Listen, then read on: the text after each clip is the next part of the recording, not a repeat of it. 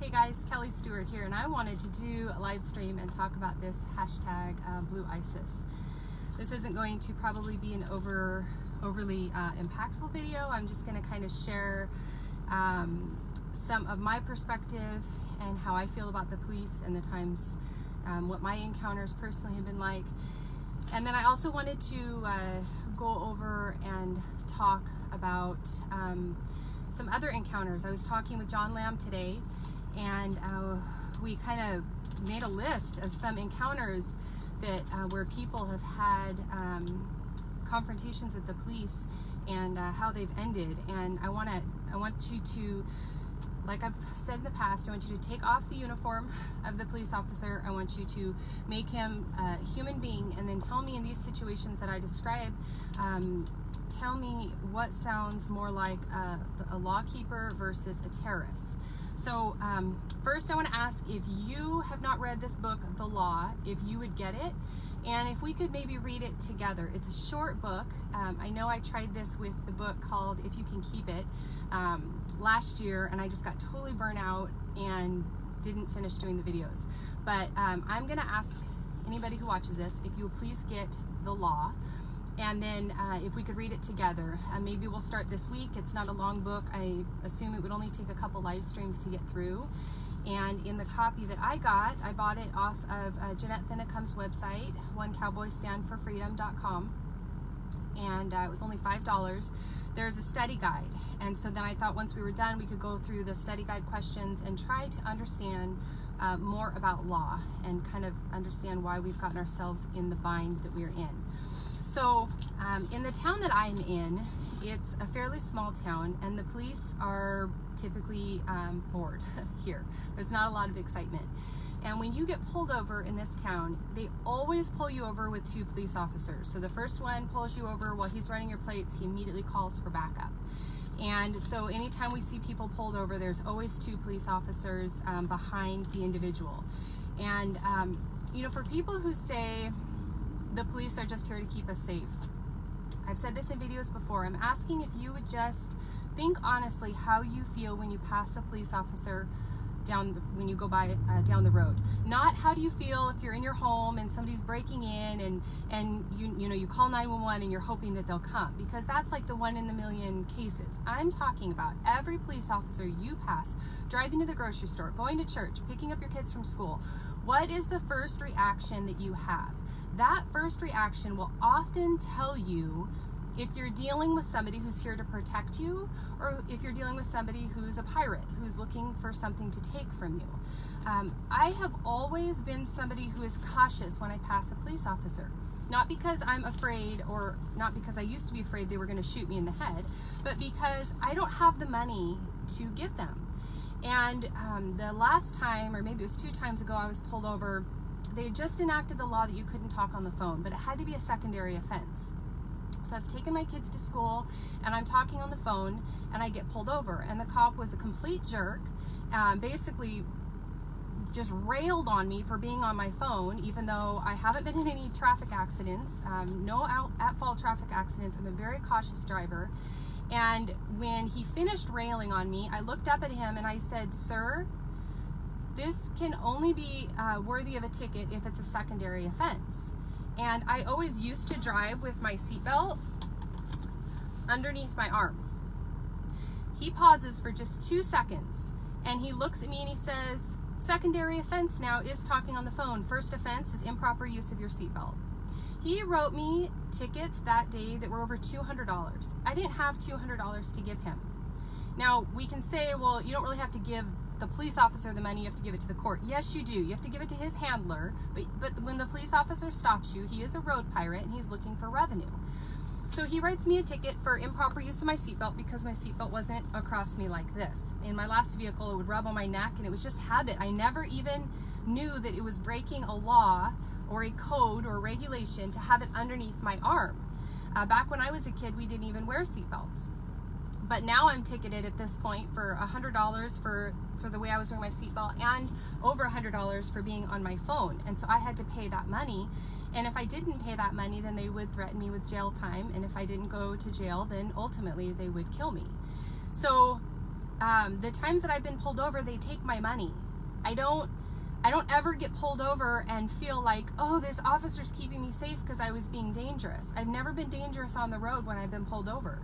It's always because there's some type of a code or regulation, something that some bureaucrat sat behind a desk and said, this is what we need to do for our city to keep people safe. So ask yourself how you feel when you pass a police officer going down the road. If you see them and you immediately feel safe, then you probably are not intimidated by police officers. Maybe they haven't harassed you. Maybe for whatever reason, you're not driving a car, or you don't fit a profile. But for people, especially in some communities, impoverished communities where they believe they're going to find drugs, or the person is going to have some type of maybe a warrant out for their arrest, or not using seatbelts, it's an old car, it's probably not legal to even be on the road. Those people are heavily targeted and heavily uncomfortable when they pass a police officer. So John and I were talking about some cases, and so I just wanted to go over these cases with you and ask you if these are terrorists or if these are people who are defending and protecting the people. So the man, Jack Yantis, and he's the rancher in Oregon who was gunned down by the police. A bull got out. He was called to come and get his bull, and he ended up being killed by the police that day, by the sheriffs that came to the scene. And when his wife had either a stroke or a heart attack after she watched her husband be gunned down, she was then, after she came to and was picked up off the road, she was put in handcuffs and put in the back of the police car. So when a criminal takes somebody and kidnaps somebody in the movies, they always end up handcuffing the witnesses that are around. It's very common. The witnesses are being terrorized. They're in fear for their life. They're watching something horrific happen, and then they themselves are put in handcuffs because the criminal knows that they are violating that person, and their friend is likely going to try to attack them. This is just what you would expect to see. And so they will go and they will handcuff the person. So Jack's wife watches him, and there's a page called Justice for Jack, and I would encourage you to go to it. His story is horrific. There has been no justice in his case. There has only been a blue line of silence in his case. When you think about what his wife was going through, and to think that she just watched her husband be murdered, and then she is put in handcuffs and put in a police car after having an absolute medical attack because of what she witnessed. Tell me, after that moment, after that incident, do you think that she trusts the police, or do you think she sees them as terrorists? Philando Castile. Philando was the individual, the black man who had been pulled over. He had no actual criminal record, but tons of traffic infractions. He was pulled over regularly. I don't know if he was targeted. I don't know what the situation was, but he had tons of traffic violations. So it was very common for Philando, when he would get pulled over, the police would ask him for his identification and if there was any weapons in the car. And Philando would always say the same thing. Yes, I have a concealed carry permit and I have a gun. And he'd pull out his concealed carry permit, show it to the officer, get his tickets or whatever, and be on his way. But not the day that he died. That's not what happened. The officer asked him if there were any weapons in the car. He says yes. He also says, I have my concealed carry permit, right? So he knows the drill. He reaches into his pocket to take it out, and the officer shoots him repeatedly until he's dead. But now listen to this.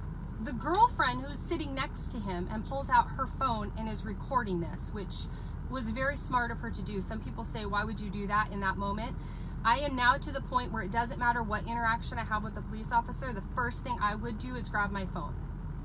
Because without that evidence, we know time and time again that the blue line will back the blue line and not the civilian.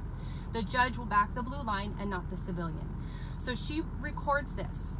After they pull her out of the car, okay, now let's add to it. There is a young little girl in the back seat witnessing this.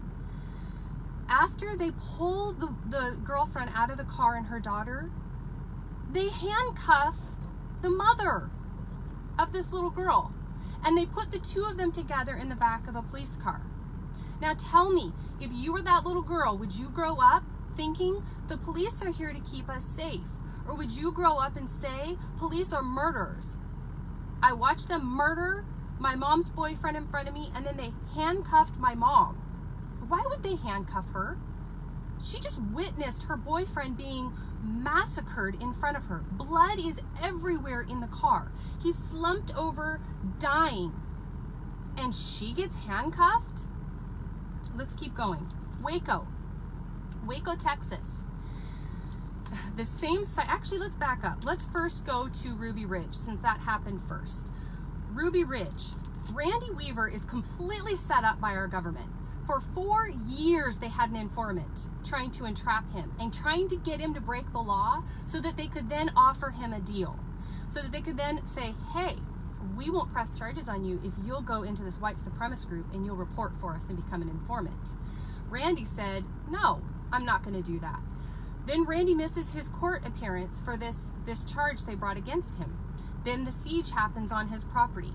The entire thing was generated, the entire crime was created by the informant who asked him to saw off the shotgun. And that only happened because they wanted to have something over Randy's head.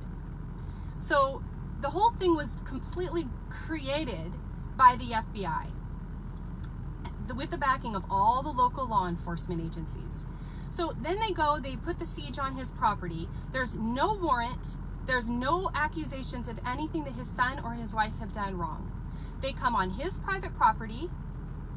They, knowing that they created the entire crime themselves, they have a shootout and they end up shooting his son in the side, which ends up going and exploding his heart. And when he was carried up to the cabin, chunks of his heart were coming out of his mouth because he had been just completely blown open. Okay, this is our blue ISIS. This is our government. After this happens, they end up shooting Randy. They shoot Randy's wife in the head. In the head. There were bone fragments on their daughter that was standing next to them. Jaw fragments. Okay? They shoot her in the head. She's holding their infant. There's no warrant for her arrest. She's accused of no crime. She's on her own property. And they kill her. Randy witnesses this. That bullet goes through her head and it ends up going into his friend who was there.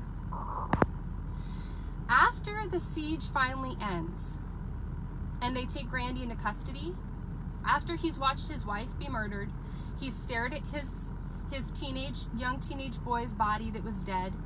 He has a bullet wound himself. His friend has been shot. His dog has been shot.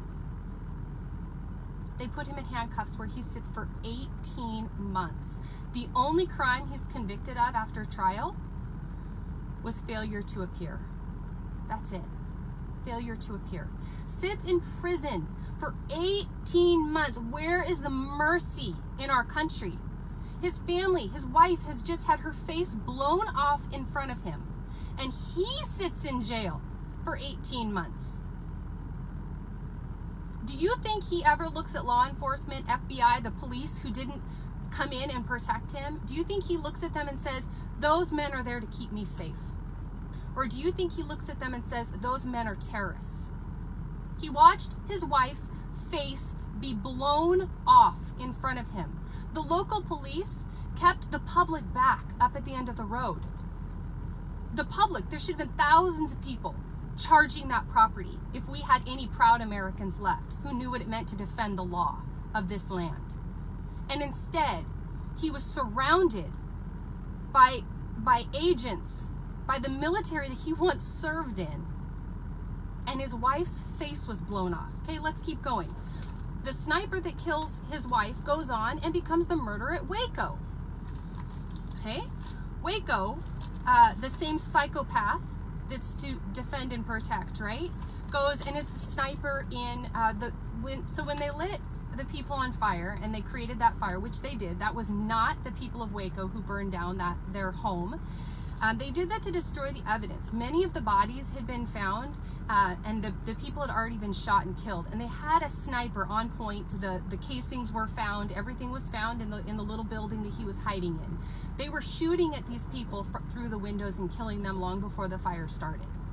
So when I went there for the 25th anniversary of Waco, See, I just passed, that was a fire department vehicle, but it had lights on, and my first thought is, there is a road pirate. Is there anything that I'm doing that's going to break their codes, because they're going to take my money, and I don't have any money to give them. So Waco. I was there for the 25th anniversary of that last year with John Lamb and a few others, Bob Smiley and Aaron and Rudy Davis. It was an awesome, awesome experience. And when we listened to the people speak that had actually survived the fire, they said that after, so these people had been accused, had no indictment for any crimes. When they had finally come out after the fire was raging, one man said that his skin had completely burned off his legs, and when they got to the second checkpoint, they stripped them all naked. Like, just think, is this defending and protecting, or is this a terrorist? Okay, take off the uniforms, because local police, FBI, ATF, everybody was involved. He said the skin had burned off of his legs, and they still put handcuffs on his legs. These people had harmed nobody. The only time that the first individuals fired is after they began firing into the building. But whose deaths were honored as heroes? The ATF agents. Did they honor the women and children and the men that they massacred and burned alive? Of course not. In fact, when they finished, they flew an ATF flag and an American flag on that property. Do you guys get it that we're at war? Do you get it that that's what happens after you overcome your enemy, is you fly your flag? That's what they did. They weren't grieving for the lives that had just been lost. They flew their flag to say, we won. We won. We are the victors here.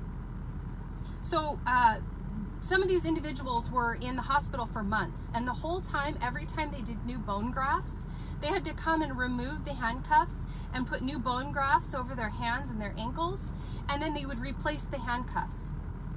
One man's testimony said it was awful to be in a bed, to know your whole family had just been burned alive, and you're now you're handcuffed. Would you not look down and say we have been overcome by terrorists? At that point, would you not say we've been invaded? Our country has been invaded by terrorists? His family and his friends were just burned alive, many of them shot in the head. And he's now wearing handcuffs. Let's keep going. Jeff Winehouse. Jeff Winehouse was speaking out in a town of Missouri exposing the corrupt police, and he was uncovering a lot of dirty crap that was going on, a lot of deaths that had happened that had been swept under the rug. He ran for office. Many of these people that I'm talking about have run for office and then ended up dead or in jail. Jeff Winehouse. They end up invading his home, seizing his computers, trying to accuse him of all of these things, and none of it works in the end. He's so thankful because he gets the phone call. Jeff, you get your computers back. Where do you want to meet? And he's praising the Lord. He's driving there to go meet the cops. He has his watch recording the incident. He's talking to his wife. Fruitcake. So fruitcakes deserve to be murdered, this Paul says. So Paul, I hope you never get the justice that you're robbing. I hope you never get the injustice that you are wanting to cast onto your neighbor. At any rate, so Jeff Winehouse is praising the Lord. He's singing praise songs. It's all in the recording. He's talking to his wife. I can't believe it. I won. They're releasing all my property. He pulls up, opens the door. He always carries. He's always open carrying in Missouri. Gets out of the car. He doesn't know it, but the cops were prepared to arrest him. It was a complete setup. So they were all trigger happy, and they were all nervous because they knew they were doing something wrong, and they knew they were deceiving Jeff. He gets out of the vehicle. One officer says, "Why do you have a gun on you?" And he says, "Because I'm authorized." "Why do you have a gun on you?" And he says, "Because I'm authorized." And Jeff says, "Okay, I am too." Both officers point their bullets, their guns at Jeff. They shoot him twice in the chest and twice in the head. Jeff gets taken to the hospital. When he comes to, there's handcuffs on him. He gets shot 4 times, never reached for his gun. He's excited to go to this meeting. He's excited to get his things back. Shot 4 times in the hospital, fighting for his life. Finds out he's being charged with attempted murder of a police officer. Now tell me, when he sees a cop driving by, after all the crimes he was trying to expose, do you think that he thinks to himself, oh, those are the guys who are here to defend and protect me? What about his children? What about his wife? What about their neighbors who knew Jeff and knew he wasn't a violent man? Do you think they say, oh, there's those officers who shot my dad in the head and then arrested him for their crime? Those are the good guys. Probably not. Let's see if we have any more. We've got Yori Call. Let's talk about Yori Call. So I posted a video the other day on my website, Yori Call. So if you will, about Yori, if you'll go back, it's called Death and Taxes. If you will please watch it. There's so many parallels to everything I said here. Parallels to the Bundy case, to Lavoy Finicum, there's just so many parallels. In all of these cases, they use the media to isolate, demonize, and destroy these individuals. With Yori Call's case, he started learning about, he was a World War II veteran, and he started learning about Social Security tax, and he started learning about the income tax and how it was a complete fraud. And he started teaching people. And on this video, they actually have one of the IRS representatives speaking, and she says he had 200 people who had gone to their employer and said, stop taking out Social Security tax. I don't want to be a part of the Social Security system. I don't want to give into it, and I don't want to take from it. Don't take my money anymore. And she said that was a problem because he was actually educating people to the point where they were choosing not to comply with the Social Security tax. Remember, the Social Security tax was supposed to be voluntary anyways? Well, how come you live feed from your car? Because my kids are in an event right now, and I can't go in there, and so I could just sit here and wait, or I could do this video in the car and get it done. And as soon as they get back in the car, we're back on to the next mission for the day. So anyway, so with Yori Call decides he's not going to pay the Social Security tax anymore. He ends up going to jail for a year over it. Then he gets out and they say, it's time to pay your taxes again. Now, this man wouldn't have even owed taxes because of his family size. I think he had 6 children. And so he wouldn't have had to even pay on the taxes. So this was merely, his death was merely due to his non-compliance. It wasn't even that he actually owed the system any money. So he gets out and they say, well, you still aren't paying your taxes. This is a violation of your probation. We're going to have to come arrest you. So they go and they attempt to arrest him, and they create a roadblock. And in this roadblock, the officers fire his son. I'm sorry, I was saying Yori. Yori is the son. Gordon Call. So Gordon Call is the one who wasn't paying the Social Security taxes and the income taxes. And it became a conviction of his not to pay. He said, I don't want to be a part of this system. I don't want anything from you. I don't want to give you anything. So Yori is his son, who is still sitting in prison, as is their friend. Yori ends up getting shot in this roadblock situation, much like Lavoy Finicum's roadblock. Lavoy wasn't shot because he was a criminal. He was shot because he was educating people, and he was telling people in Harney County what their true rights were, their God-given rights were.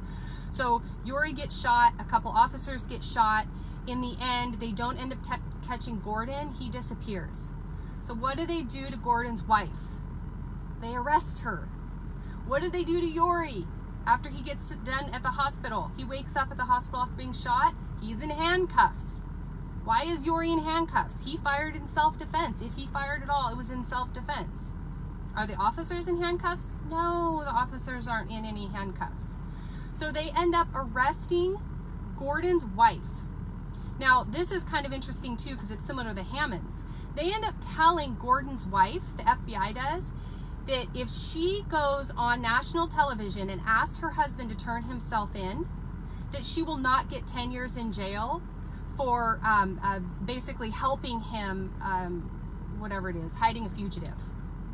10 years they're going to give her if she doesn't do this. Kind of like the Hammonds had to go public during the refuge and say, we don't condone anything going on out there, because they were threatened that they'd go into a harsher facility that Dwight Hammond likely wouldn't survive in. And so the public grabs that and goes, oh, the Hammonds don't even support it. Look, they're speaking out. Whether they support it or not is irrelevant. They spoke out because they were threatened. Okay, so who does this? Who does this to the American people? The good guys or the bad guys? Is this, I don't hate any of them. I'm just simply asking you guys to think for yourselves with what I'm explaining. Yuri is in the hospital, Gordon has gone missing, and the wife is sitting in prison. She's sitting in jail. They won't tell her if Gordon was killed in the shootout. They won't tell her if Yuri was killed in the shootout. So do you think she's sitting there thinking at this point, these are the good guys. I am so proud to be an American where at least I know I'm free, and I won't forget the men who died, who gave this right to me. And I gladly stand up next to you to defend her still today. Oh wait, if I defend her, I end up in prison and I get shot by my government. Wait, who's the good guys and who's the bad guys? This is a lot of what I'm explaining here should help you guys to see that when you stand up and you speak the truth, you get targeted, you get shot, you get harassed, you get arrested. Our law enforcement, our FBI, our CIA, they're not here to keep us safe. They're here to keep us in line. That's what they're here for. Now, do I think we can get out of this mess? I don't have a lot of hope for our country at this point. And the reason why is because everything I just explained to you. All these people who tried to do the right thing. Schaefer Cox, he was educating. He ran for legislator. He was impacting tens of thousands of people. Informant comes in, spends 2 years working on him, keeps telling him he needs to turn to violence. He says, no, I'm not going to turn to violence. I'm not going to be like them. I'm just going to keep educating. Finally gets him to say, well, if martial law is brought down and if my neighbors are being killed and if my family's being killed, then it would probably be time to defend yourself. But the informant is the one who says, well, let's do a 2-for-1 plan, right? For every one of our guys they take, we kill 2 of theirs. This is the informant saying it, not Schaefer. Schaefer actually denounces that and says, no, that's not how this works. The only time you use violence is in self-defense. You don't go and be the aggressor and take one of their people. No. But where's Schaefer? Sitting in federal prison for 26 years for conspiracy. Conspiracy to kill who? No, nobody. There was nobody. And there was no second person other than the informant who was the only one mentioning this. So do you think Schaefer Cox is sitting in prison right now thinking he's in a CMU, only 2 of them in our country, not even run by the United States government, completely illegal, can't hug his kids, can't see his family, complete torture. Complete torture. He basically gave this man the death sentence. Why? Because he was a Christian who submitted to God, who wouldn't bow his knee to this federal government, to the state government. He wouldn't bow his knee to them. He wanted them to return to the confines of the Constitution. He wasn't anti-government. He wasn't anti-law enforcement. He wanted them to get back into the bounds of the Constitution and do what they're supposed to do. That's it. And what does he get labeled as? A terrorist. Do you think he's sitting in prison thinking, I am so thankful for my local police, for the sheriffs, for the FBI, the CIA, they are all Homeland Security, TSA. I mean, they are seriously keeping us safe. That's not what he's thinking right now. He's thinking that he's being run by terrorists. He's being destroyed by terrorists. His life is being destroyed by terrorists. So when I say the term blue ISIS, that doesn't make me violent. Doesn't make me, actually it makes me anti-violent. See, I'm anti-violence. So I'm looking at the violent ones saying, stop being violent. Stop being violent. Stop killing people. Stop kidnapping them. Stop stealing from them. Stop dragging them through kangaroo courts, costing us hundreds and hundreds of millions of dollars. Multi-million dollars have been spent on all of these ridiculous cases. The taxpayers pay to keep these individuals in prison then, these innocent people. We live in a country where prison is a business. It's a business. We're being terrorized by our own government. That doesn't make me anti-government. In fact, it makes me pro-government. It makes me say, please go back to the confines of the Constitution, and until you do, I'm going to keep calling you terrorists, because that's what you're doing. Stop terrorizing me. Stop terrorizing my family. Stop terrorizing my neighbors. Let us live. That's what Schaefer said over and over. Let us live and be free. Let us live and be free. When I say blue ISIS, and some people say, well, there's good cops. Look, the laws are tyrannical. The laws are out of control. Do I need to remind you guys Hillary Clinton just ran for president? Do I need to remind you guys that Hillary Clinton, instead of being charged with all the murders behind her. She ran for president. And you all want me afraid of Antifa and illegal, unpapered humans? Hillary Clinton, let me say it again, Hillary Clinton ran for president. And you want me afraid of ISIS. Now, do I support ISIS and Antifa and anybody who comes and takes life, liberty, or property from another individual? Absolutely not. But they're not the ones oppressing me. They're not the ones pulling me over on the side of the road. They're not the ones shooting us in the back and getting away with it. So are they bad? Yeah, but who's the bigger danger right now to freedom and liberty? I can defend myself against a terrorist. ISIS, illegal immigrant, dangerous Muslim, Antifa, right? I still have self-defense. If I want to be armed, if I want to use any means necessary to protect my life, liberty, or property, I can still legally do that. Do I have any means to defend myself right now against my government that's lawful? No. No, they've outlawed self-defense against your government. Did you pay attention to the Bundy trials? Did you pay attention to the individuals who are sitting in jail like Jerry DeLemus, who wasn't even there, but they said he planned to come to resist the abuses of the BLM? He came to resist and to protect the Americans so there wasn't another Waco or Ruby Ridge? And you want me concerned about ISIS? Really? ISIS walks into my house, I still have the lawful right to shoot them in the face. Police officer walks into my house, no rights at all. None. No rights to resist.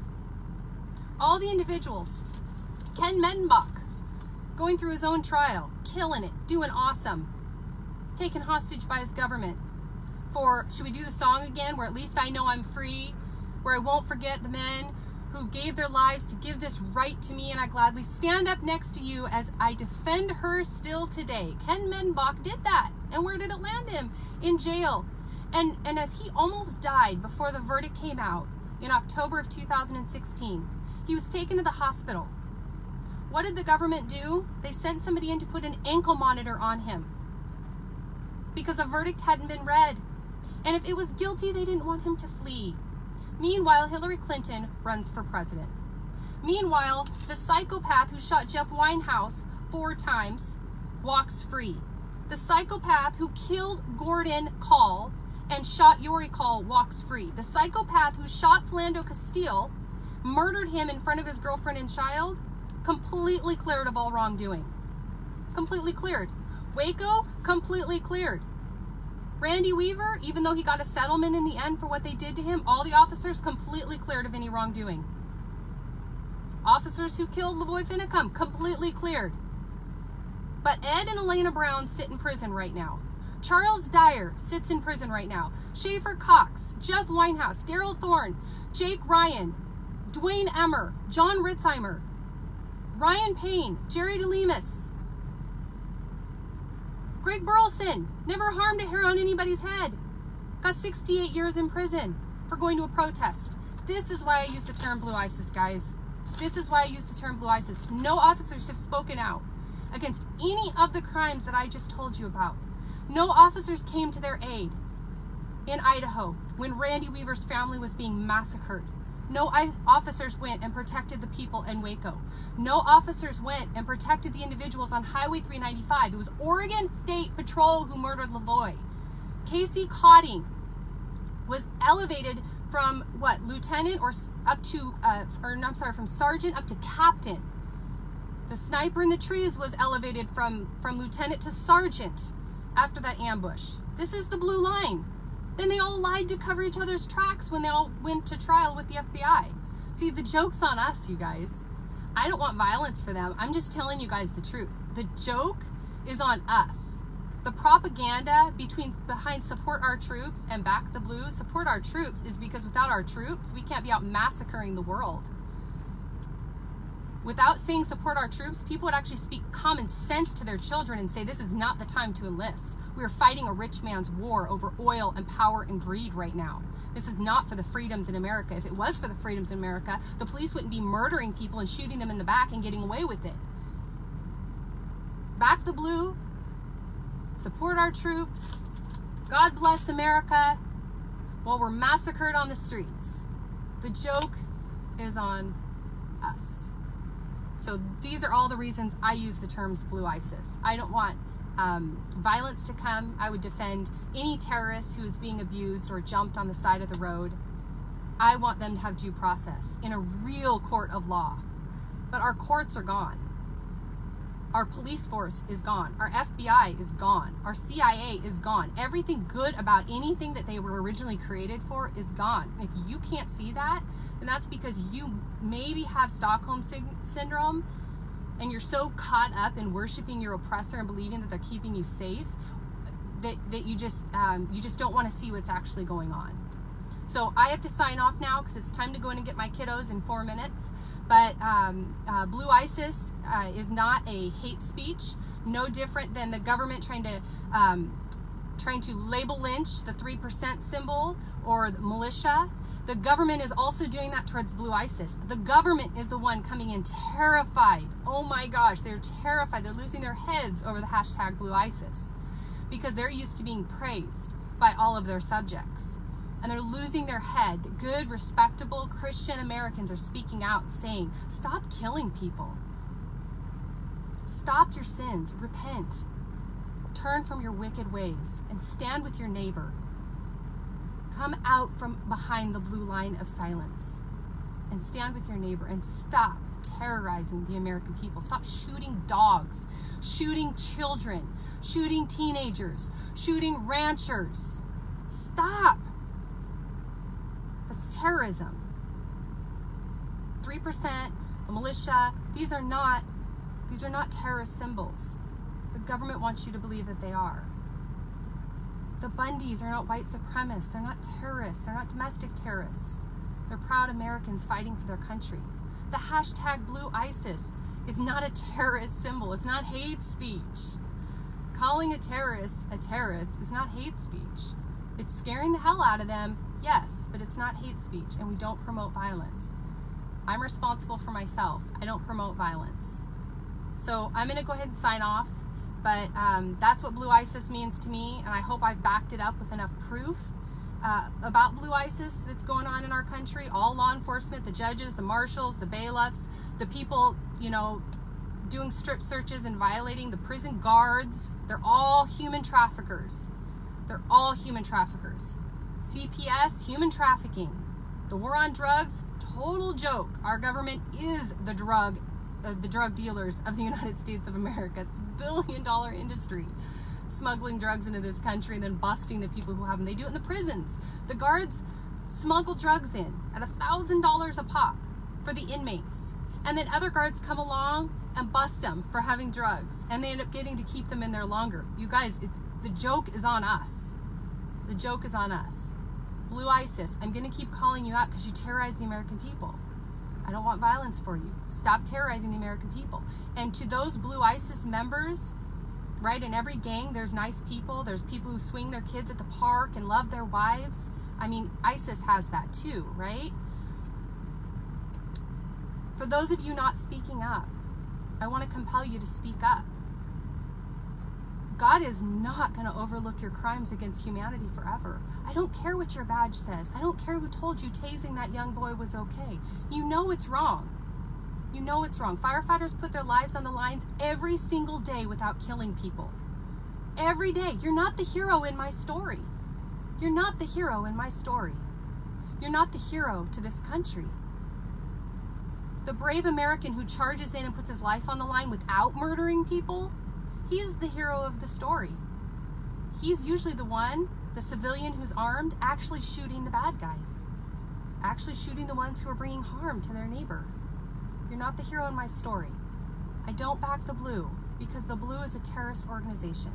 God bless you guys. Speak the truth even if your voice shakes.